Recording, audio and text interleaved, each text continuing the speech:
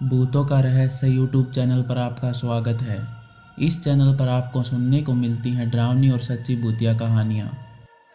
ऐसी ही वीडियोस देखने के लिए हमारे इस चैनल को सब्सक्राइब करना न भूलें। तो आइए अब बढ़ते हैं आज की कहानी की ओर।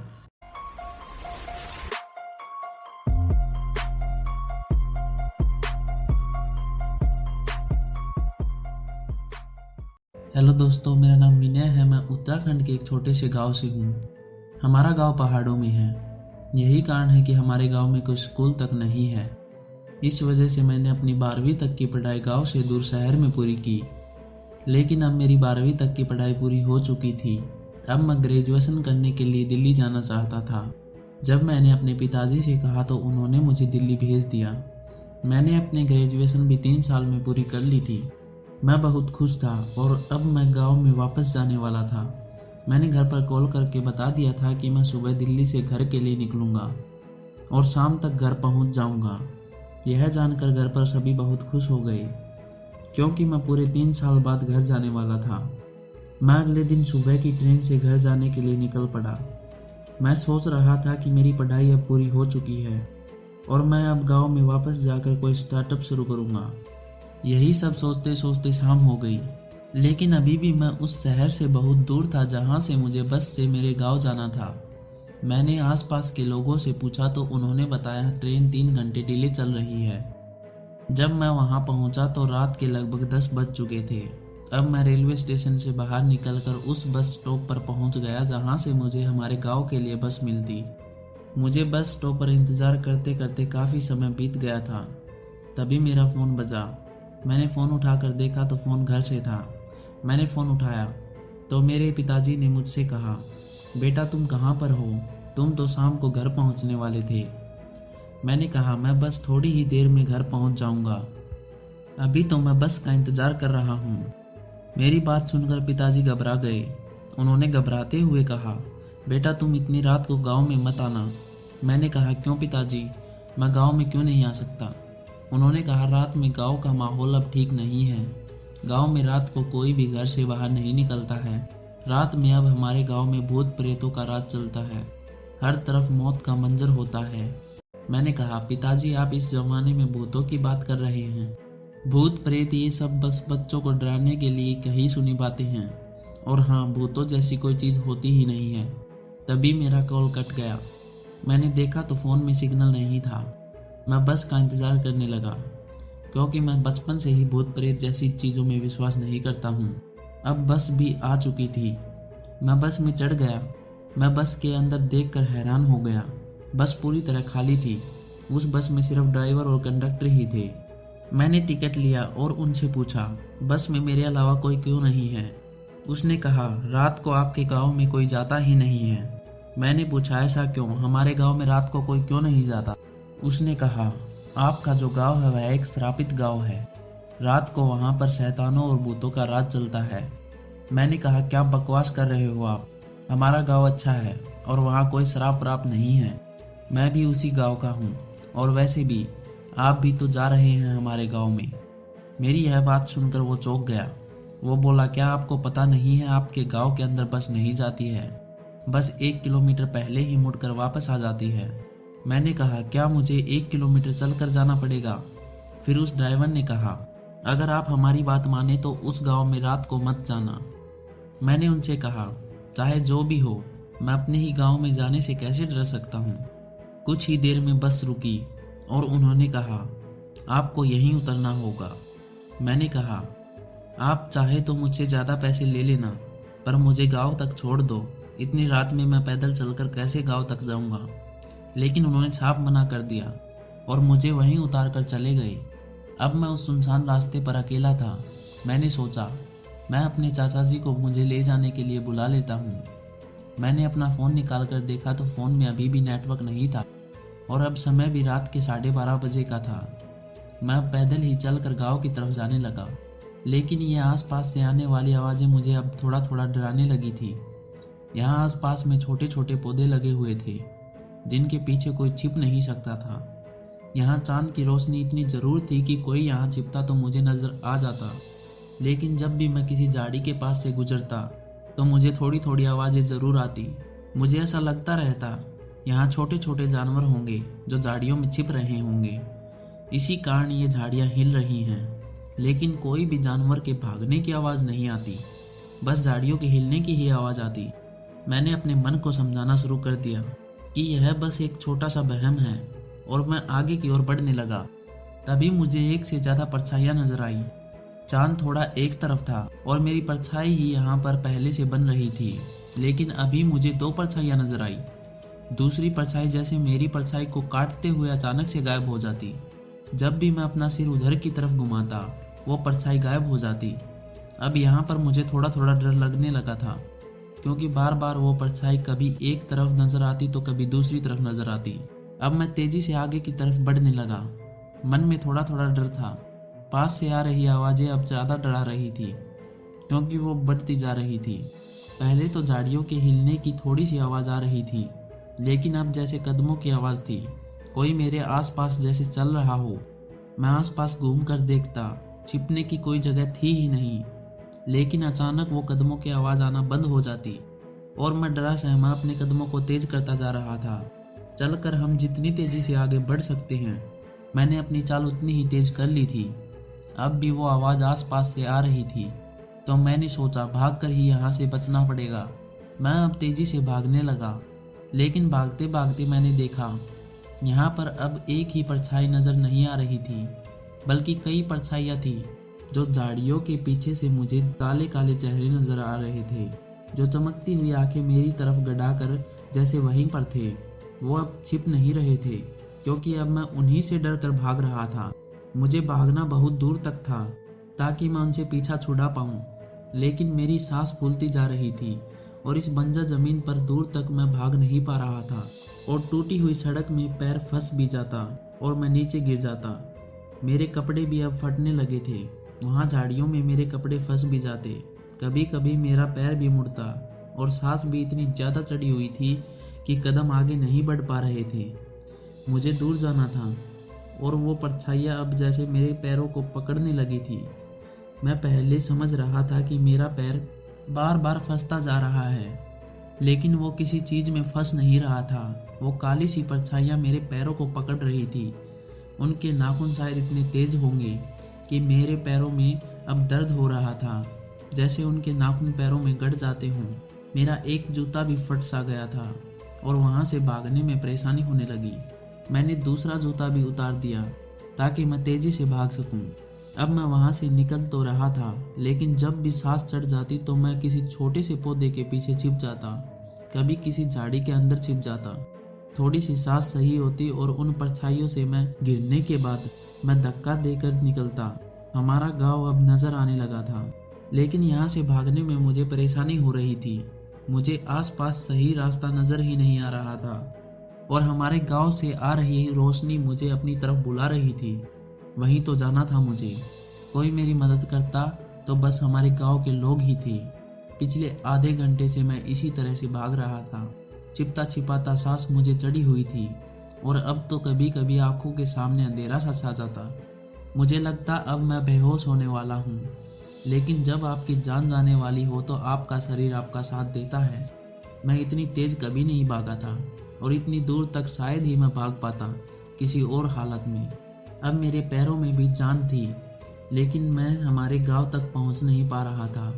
मैं घसीटता घसीटता हमारे गांव तक पहुंचने ही वाला था और वो परछाइयाँ मुझे उठा उठा कर पटकना शुरू हो गई।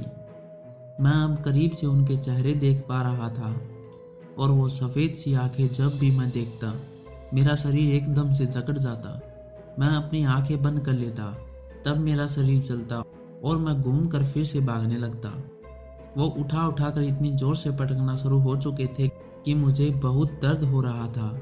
मुझे एक बार महसूस भी हुआ जब मेरा कंधा जमीन से टकराया तो वो उतर चुका था, लेकिन जान बचाने के लिए आगे बढ़ना था और मैं किसी भी तरह से गांव के अंदर पहुंच गया।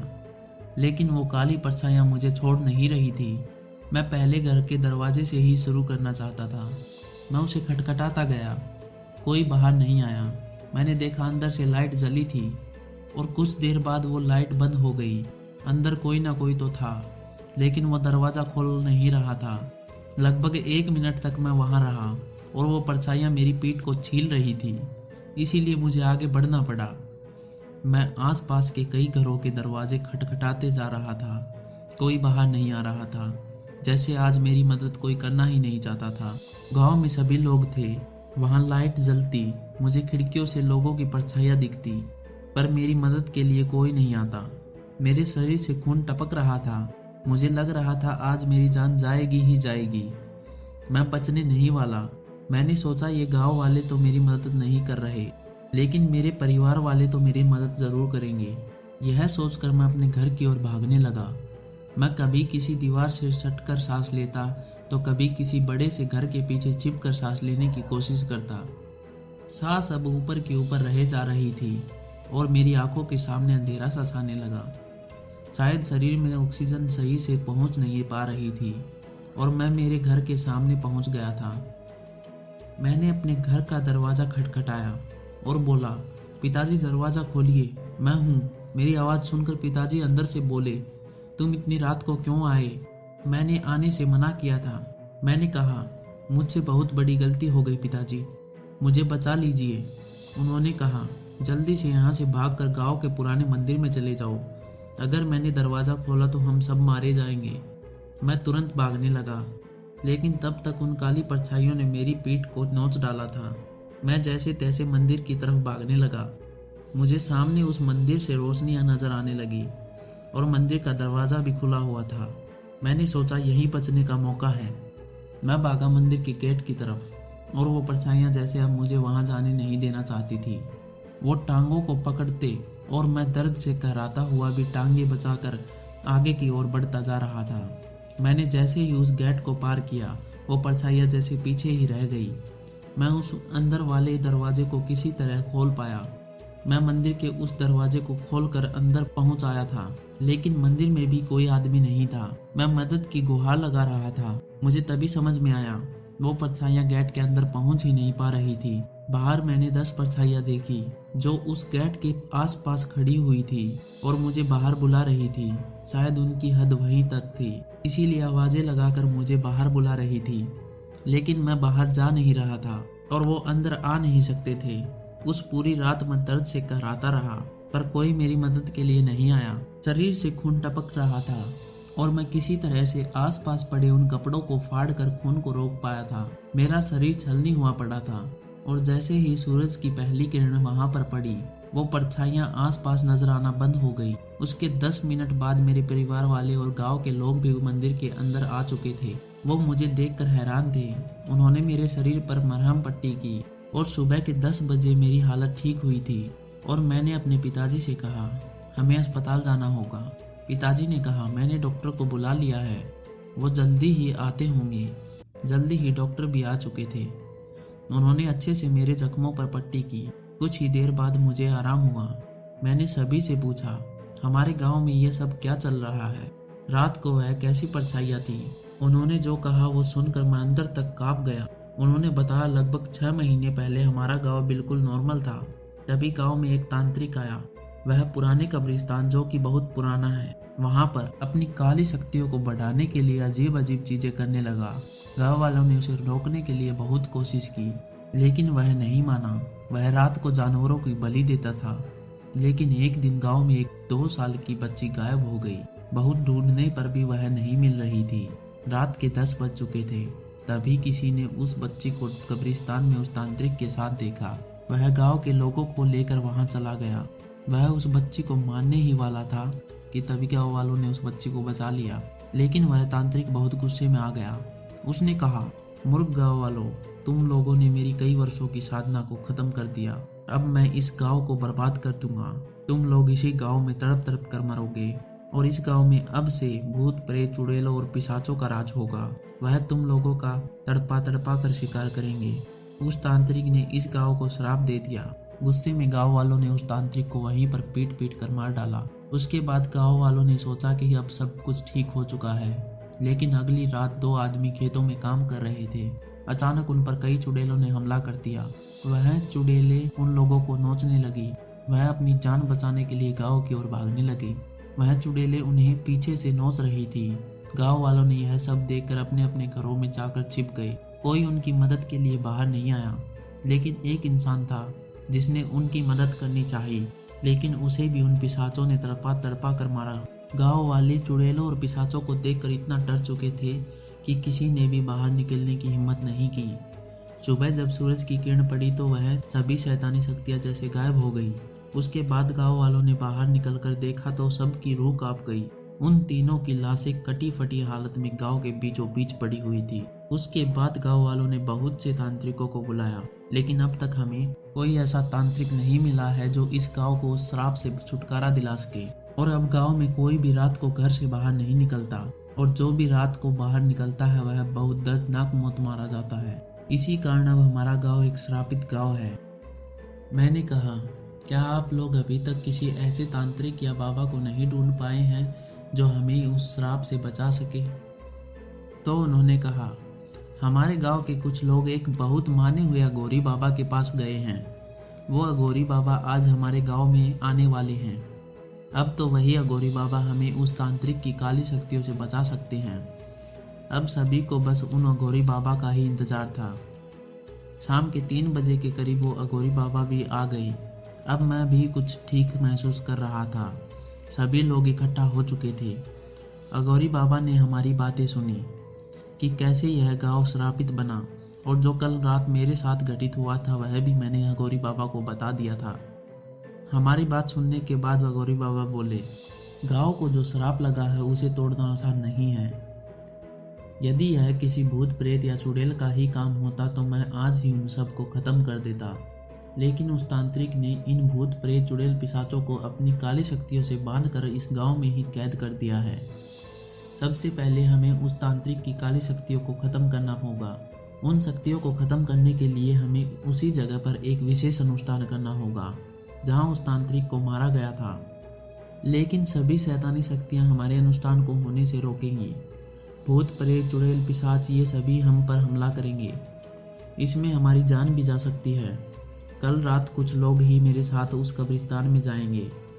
बाकी के गांव वाले पूरी रात मंदिर के अंदर ही रहेंगे, क्योंकि ये काली शक्तियाँ कितनी ही ताकतवर क्यों न हो, पर मंदिर में यह आप लोगों का कुछ नहीं बिगाड़ पाएंगी। पर ध्यान रखना, कोई भी मंदिर से बाहर न निकलना। मंदिर से बाहर निकलना मानो ऐसा है जैसे अपने आप ही मौत के मुंह में जाना। और उस विशेष अनुष्ठान को पूरा करने के लिए अघोरी बाबा ने गांव के कुछ लोगों को कहा कि आप लोग कुछ सामान लेकर आइए। वह सामान लेने के लिए जैसे ही हमारे गांव के कुछ लोग शहर में जाने लगे तो बाबा ने कहा, शाम के 5 बज चुके हैं। अगर अब आप वापस आएंगे तो रात हो जाएगी। आपको रात में गांव में नहीं आना है और आप सुबह ही गांव में आना। यह कहकर बाबा ने उन्हें गांव से बाहर भेज दिया। और बाबा और सभी गांव वाले भी उसी मंदिर में आ चुके थे, क्योंकि शाम होने से पहले ही हम उस मंदिर में जाना चाहते थे, ताकि शाम होने के बाद कोई खतरा ना हो। हमें वो रात भी उसी मंदिर में गुजारनी थी। बाबा ने कहा, मैं आज रात कुछ साधनाएं करूँगा जो हमें कल रात उन काली शक्तियों से लड़ने में मदद करेंगी। और वह मंदिर में एक तरफ जाकर ध्यान में बैठ गए। रात के 10 बजे तक सब ठीक था, लेकिन 10 बजे के बाद हमें मंदिर के बाहर अजीब अजीब चीज़ें दिखाई देने लगी जो कि हमें बाहर बुला रही थी। मंदिर के बाहर सुंदर सुंदर लड़कियां थीं जो कि हमें बाहर बुला रही थी। कुछ लड़के तो बाहर जाने के लिए तैयार भी हो गए। वो लड़के उनकी सुंदरता के जाल में फंस चुके थे, लेकिन मेरी नज़र उनके पैरों पर पड़ी। उनके पैर उल्टे थे। मैं जोर से चिल्लाया, डायन डायन। सभी लोग इकट्ठे हो गए, पर वो लड़के अब भी नहीं रुके। एक लड़का तो बाहर निकल चुका था, पर बाकियों को गांव वालों ने रोक लिया था। अब जो लड़का बाहर जा चुका था उसको उन डायनों ने पकड़कर अपने बड़े बड़े नाखूनों से नोचना शुरू कर दिया था। वह लड़का दर्द से कराहता हुआ चिल्ला रहा था और हम लोगों से अपनी जान बचाने के लिए भीख मांग रहा था। तभी मैं अघोरी बाबा की ओर भागा और उनसे उसे बचाने के लिए गिड़गिड़ाने लगा। अघोरी बाबा और मैं जब तक वहां पहुंचे बहुत देर हो चुकी थी। उन डायनों ने उस लड़के के टुकड़े टुकड़े कर दिए थे। उन टुकड़ों को वो डायने चबा चबा कर खा रही थी। अघोरी बाबा ने कुछ मंत्रों का जाप किया। अचानक एक रोशनी सी हुई।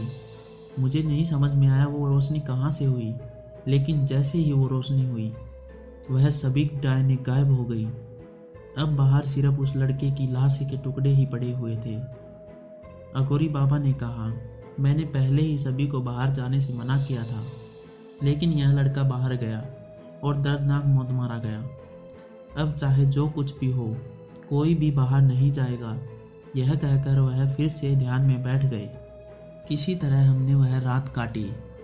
हमें कभी चुड़ैल नजर आई तो कभी पिशाच नजर आई। अब सुबह हो चुकी थी। दोपहर तक सारा सामान भी आ गया था। बाबा ने कहा, हमें सूरज ढलने से पहले ही कब्रिस्तान में जाकर कुछ तैयारियां करनी होंगी, जिससे वह काली शक्तियां हमारे पास नहीं आ पाएंगी। मैं और गांव के कुछ लोग बाबा के साथ जाने लगे और बाकी गांव वाले मंदिर में चले गए। कब्रिस्तान में पहुंचकर बाबा ने कहा, मुझे वह स्थान दिखाओ जहां पर उस तांत्रिक को मारा गया था। जब बाबा ने वह जगह देखी तो उसी जगह पर लाल चंदन से एक घेरा किया गया जहां उस तांत्रिक को गांव वालों ने मारा था। सूरज ढलने लगा। बाबा ने कहा, इस घेरे से कोई भी बाहर नहीं निकलना। हम सभी उस घेरे में बैठ गए। बाबा ने वहां आग जलाई और मंत्रों को पढ़ने लगे।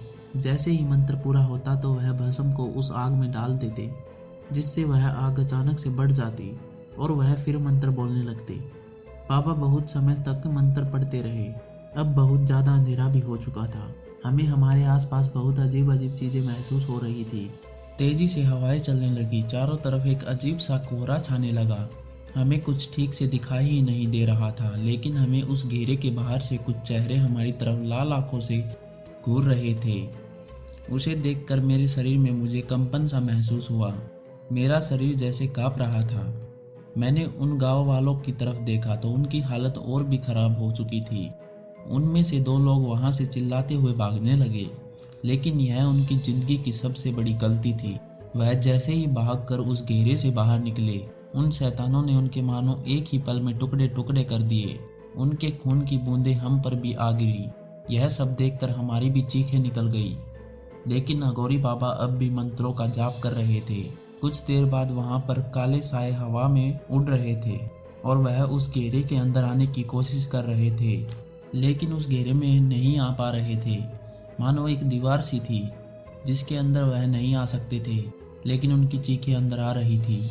उनकी चीखें इतनी भयानक थी कि हमारे कान फाड़ देना चाहती थी। रात के लगभग 12 बजे का समय था। हमारे आसपास भूत प्रेत चुड़ैलों और पिशाचों की भीड़ लग चुकी थी। वह हमें घूर रहे थे और हमारे बाहर आने का ही इंतजार कर रहे थे कि कब हम बाहर निकले और वह हमारे टुकड़े टुकड़े कर दे। लेकिन हमें पता था, हम अगर जिंदा हैं तो इस घेरे के अंदर ही, बाहर तो हमारा इंतजार एक दर्दनाक मौत ही कर रही है। बाबा अब तेजी से मंत्र पढ़ने लगे। कुछ ही देर में हमारे सामने उसी तांत्रिक की आत्मा थी जिसने हमारे गांव को यह शैतानी श्राप दिया था। उस तांत्रिक की आत्मा ने कहा, सब के सब मरोगे। इस गांव में आने वाला कोई नहीं बचेगा। सबको चुन चुन कर मारूंगा, कोई नहीं बच पाएगा। यह कहकर वह जोर जोर से हंसने लगा। तभी अघोरी बाबा ने कहा, तुम इन गांव वालों के पीछे क्यों पड़े हो? तुमने उस बच्ची को मारना चाहा, इसीलिए इन्होंने तुम्हें मार डाला। तो इन गांव वालों ने क्या गलत किया? इस गांव को छोड़ दो, चले जाओ यहाँ से। तांत्रिक की आत्मा ने हंसते हुए कहा, छोड़ दूं? इनको छोड़ दूं? इन गांव वालों ने मुझे पीट पीट कर मार डाला। अगर उस दिन मैं उस लड़की की बलि दे देता तो मैं इस पूरी दुनिया में सबसे शक्तिशाली हो जाता। पूरी दुनिया पर मेरा ही राज होता। पर अब भी मेरे पास इतनी शक्तियाँ तो हैं कि इस गांव में मैं किसी को भी मार सकता हूँ। अघोरी बाबा ने कहा, आज मैं तुम्हें ख़त्म कर दूंगा और इस गांव को तुम्हारी शैतानी शक्तियों से आज़ाद कर दूंगा। तांत्रिक हंसते हुए बोला, तुम लोगों को मार कर मैं तुम्हारी आत्मा को यहीं कैद कर दूंगा। बाबा ने तेजी से मंत्रों का जाप किया। उन मंत्रों से वहां मौजूद शैतानी शक्तियां तड़पने लगी। उनमें अचानक से आग लग गई और वह जलकर गायब हो गए। वहां पर अब चुड़ैल और पिशाच नहीं बचे थे, लेकिन वो काले साए और उस तांत्रिक की आत्मा को कुछ नहीं हुआ। उस तांत्रिक की आत्मा बहुत गुस्से में आ चुकी थी। उसने उस घेरे में आने की कोशिश की, पर वह उस घेरे में नहीं आ पाया। वह आसपास देखने लगा। कुछ देर बाद वह हंसने लगा और बोला, तुम लोगों को क्या लगता है तुम इस घेरे में बैठे रहोगे और मुझसे बच जाओगे? हाँ, मुझे पता है कि इस घेरे में मेरी शक्तियाँ काम नहीं करेंगी और मैं अंदर नहीं आ सकता, लेकिन तुम्हें बाहर निकलना पड़ेगा। बाबा ने कहा, हम इस घेरे से बाहर नहीं निकलेंगे और आज तुम्हारा अंत करेंगे। यह सुनकर वह तांत्रिक की आत्मा हंसने लगी और वह बोला, तुम लोगों ने तो मुझे ख़त्म करने की पूरी तैयारी कर ली थी, लेकिन तुमने एक चीज़ पर ध्यान नहीं दिया। बाबा ने कहा, क्या? हमने किस चीज़ पर ध्यान नहीं दिया? उसने हंसते हुए अपने हाथ से इशारा किया। हमने उस तरफ देखा तो वहाँ पर एक बड़ा सा बरगद का पेड़ था। बाबा ने कहा, तुम इस पेड़ की तरफ इशारा क्यों कर रहे हो? तो वह गुस्से से बोला, तुम्हारे इस घेरे में मेरी शैतानी शक्तियाँ तो नहीं जा सकती। पर उसने इतना ही कहा था कि तभी वह पेड़ हमारी तरफ गिरने लगा। यह देखकर हम घबरा गए। अब हमारे चारों तरफ मानो मौत थी। अगर हम उस घेरे में रहते तो वह पेड़ हमारे ऊपर गिरता और हम मारे जाते, और अगर हम वहाँ से निकलते तो वह काले साए और वह तांत्रिक की आत्मा हमें मार डालती। वह पेड़ हमारे ऊपर गिरने ही वाला था, लेकिन उससे पहले ही हम भागे, लेकिन उन काले सायों ने हमें घेर लिया। हमने बाबा को आवाज़ लगाई, लेकिन उन्होंने कोई जवाब नहीं दिया। हमने पीछे देखा, वह पेड़ उनके ऊपर गिर चुका था। वह अब इस दुनिया में नहीं रहे।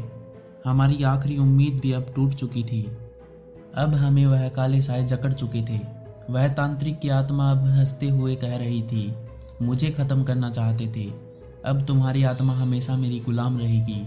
उसने अपना सर हाँ में हिलाया और वो काले साए हमारे शरीर के छोटे छोटे टुकड़े करने लगे। हम दर्द से तड़प रहे थे, चीख रहे थे, लेकिन हमारी चीख सुनने वाला वहाँ पर कोई नहीं था। उन काले सायों ने हमें तड़पा तड़पा कर मारा।